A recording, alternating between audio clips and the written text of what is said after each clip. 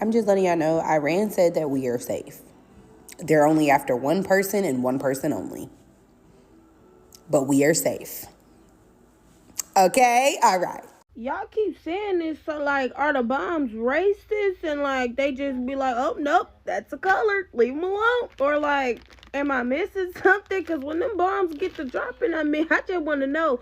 And I'm not trying to fearmonger nobody or nothing like that, but I just want to know, are we like, am I missing something? They keep saying we gonna be targeted by Iran. We gotta fight back. We, like they speak in French, but baby, trust me, we will not be targeted because if anything, they know their target is them bloodthirsty rich men. But just in case y'all don't believe me, let's talk about the unique and historical relationship between Black Americans and Iran. Let's get into it. And if you've made it this far in the video, please just try to keep an open mind. I know unlearning everything we've been taught is very hard, but stick with me because this is not a conspiracy theory. It's a proven fact. And to understand it, we gotta go all the way back to 1979 when they overthrew the brutal US-backed dictator Shah Pahlavi. And if that name sounds familiar, it's because his son Reza Pahlavi is all over the news cheering on the US and Israel bombing Iranian schools. But anyway, in 1979, Iranian revolutionaries stormed the US embassy in Tehran and took more than 60 people hostage. The situation lasted 444 days, and when they released people, they released Black people and women first. And you're probably thinking, why would Iran do that? Well, the Ayatollah at the time said that he saw us as an oppressed group of people in America, and he didn't hold us hostage because he said that we were probably sent to Iran against our will or were victims of the US government. News reports at the time, including a broadcast by ABC's Peter Jennings, confirmed that Iran's leadership was planning to release women and Black hostages to show that their problem was not with us, it was with the US government. Now, our relationship didn't even end there either. After the Iranian Revolution, Iran issued a national postage stamp featuring Malcolm X, and at the time, it was the first stamp in the world to honor him. The United States wouldn't even release its own Malcolm X stamp for another 15 years, and for many, this was a clear sign that Iran wanted to link its own revolution with the global struggle against racism and imperialism, and they did. And of course, the relationship is complicated. Many Iranian students and activists in America during the 1960s and 70s actually worked side by side with Black student groups like the Black Student Union to protest the US government's support for the former Shah of Iran. They found common ground in fighting against what is a common enemy at this point, right? US imperialism abroad and discrimination at home. So what was a complicated relationship wasn't that complicated because we had the same enemy. And you're probably thinking, well, that was 30, 40 years ago. No, there's some present day examples too. Like in 2014, after Mike Brown was shot, the Ayatollah at the time was making statements about the oppression of Black people in America. In 2020, after George Floyd was murdered, he did the same thing. Iran's leadership frequently talked about the oppression of Black people here in America and called out our system of racist policing. So again, their beef is not with us. Never has been, never will be. And yes, the Iranian government has made similar statements about other oppressed groups as well. But this video is for us, by us, okay? But anyway, you know who they are mad at? Them people at 1600 Pennsylvania Avenue Northwest that keep bombing their countries every couple of years. So again, Donald Trump has dragged us into a war the American people do not want. He has put American troops in harm's way. The American people do not want our sons and daughters to go into this unauthorized war. And Maggot said that this was the woman who was going to start wars. I just hope the Iran folk know I don't want no smoke, bro. This don't got nothing to do with me. Get them other motherfuckers, bro. Look, this don't got nothing to do with us. And by us, you know exactly who the fuck I mean. Iran had a Malcolm X stamp back in 1984. Iran has a Patrice Lumumba Street in Tehran. Iran had a conference against police brutality for Black Americans back in 2015. President Hassan Rouhani and Ayatollah Khomeini spoke out after the death of George Floyd when many conservatives were mocking him and saying that he died of a drug overdose. During the Iran hostage crisis, Iran freed the African Americans 2 weeks after the start of the crisis because they thought they weren't spies and showed solidarity with oppressed people. To put it in context, that's more than a year before the end of the Iran hostage crisis, which ended in 1981.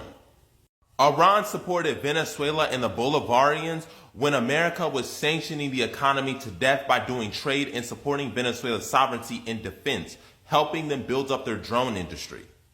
Iran's been one of the few instances of resistance against is not real's expansionism and supporting the resistance in Palestine and throughout the Middle East. But the Islamic Republic is an oppressive regime, ironic coming from the people who support the Shah and his son. The Shah of Iran that ruled brutally for 26 years, you know, the one that had a secret police called the Sabak that was backed by the CIA and Mossad. The same one that was massacring protests, torturing people, and extrajudicial killings. And speaking of which, how did the Shah of Iran even get into power? He came in 1953. Oh.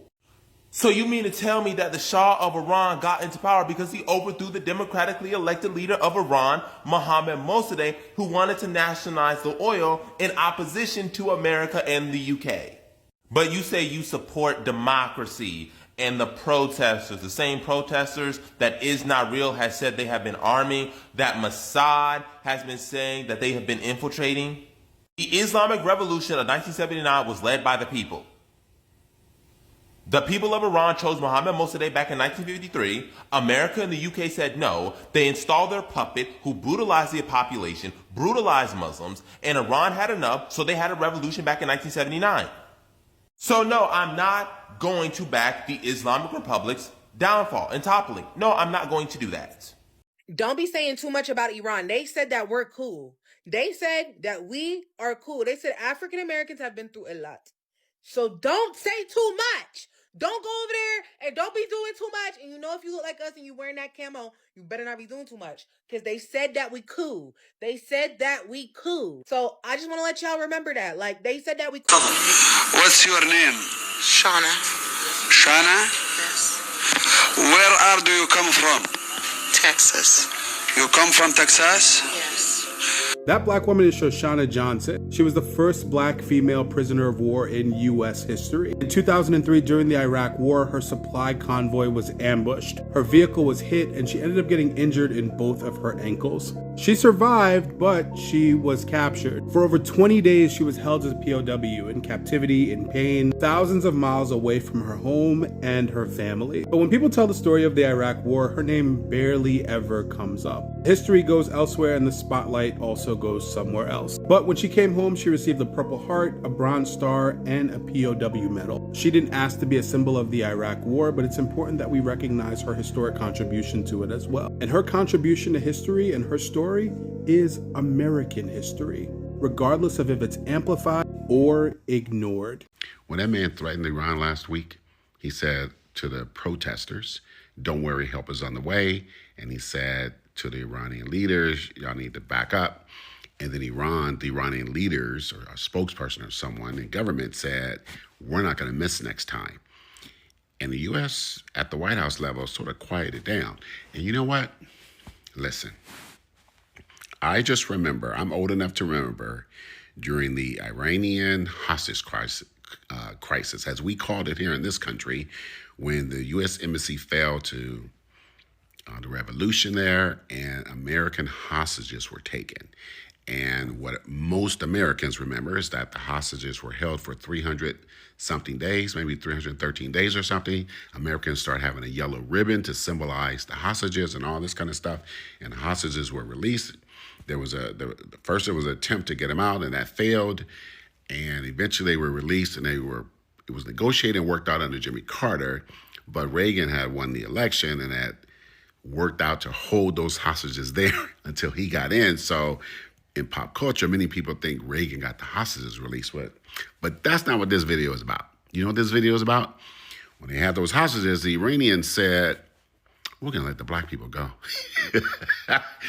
The Iranians let the black people go because they said, "Listen, we know y'all working here for this government, but we know you are not in control of that government over there in the United States. Y'all can go." And that's sort of some forgotten history about the what we call the Iranian hostage crisis. And so now that there's another little battle going on between this government and the Iranians and the revolution there and the battles we're having here, all I'm saying is, if y'all decide to do something, just remember, just like y'all let us go last time, leave us out of this mess. So black people, especially in America, have often been sent to fight in wars while being denied full rights at home. From World War I, World War II, Vietnam, all the way to modern conflicts, black soldiers have served on the front lines while still facing discrimination and inequality in their own country. So when we see online about Iran exempting black folks from the war, this is a moment of like it brings a lot of joy, but yeah, but it's still war. Like, no one deserves to be in this war because so black communities have a long memory when it comes to war. Many people pointed out how often black people are told to fight for freedom abroad while still fighting for justice at home. So the viral conversation sparked questions like, why are marginalized communities always the first ones asked to be sacrificed? Who actually benefits from these wars? And why do people making this decision really look like people doing the fighting? Some black commentators online said something powerful. Every time there's a war, suddenly everyone remembers us.